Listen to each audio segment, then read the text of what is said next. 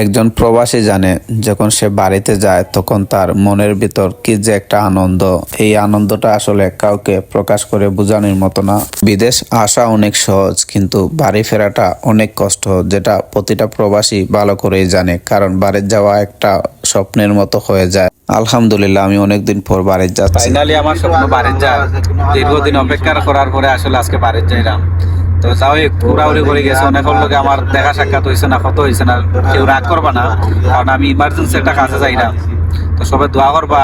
তারপর আমার কোম্পানির সবার কাছ থেকে বিদায় নিয়ে আমি এয়ারপোর্টের উদ্দেশ্যে রওনা দিলাম, এবং আমার এয়ারপোর্টটি হচ্ছে শারজা, এবং আমার সাথে আমার প্রিয় ভাই রয়েছে।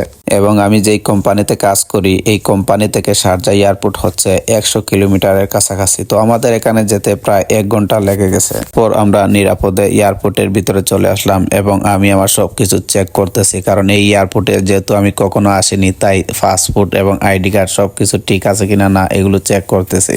এবং আমার বিমান ছিল বাংলাদেশ বিমান, এবং বিমান আকাশে ওঠার পর কিন্তু ওরা আমাদেরকে জুস দিল, তারপর অনেক খাবার দাবার দিল, যেটা বলার মতো না। আলহামদুলিল্লাহ, নিরাপদে আমরা সিলেট ইন্টারন্যাশনাল এয়ারপোর্ট চলে আসলাম, অনেক নিরাপদে চলে আসলাম, কোনো ধরনের বিপদ হয়নি। তো আমি আল্লাহর কাছে শুকরিয়া জানাই সেফলি আওয়ার জন্য। সো এটা আমার দেশে আওয়ার প্রথম ব্লগ, অবশ্যই সাথে থাকবেন।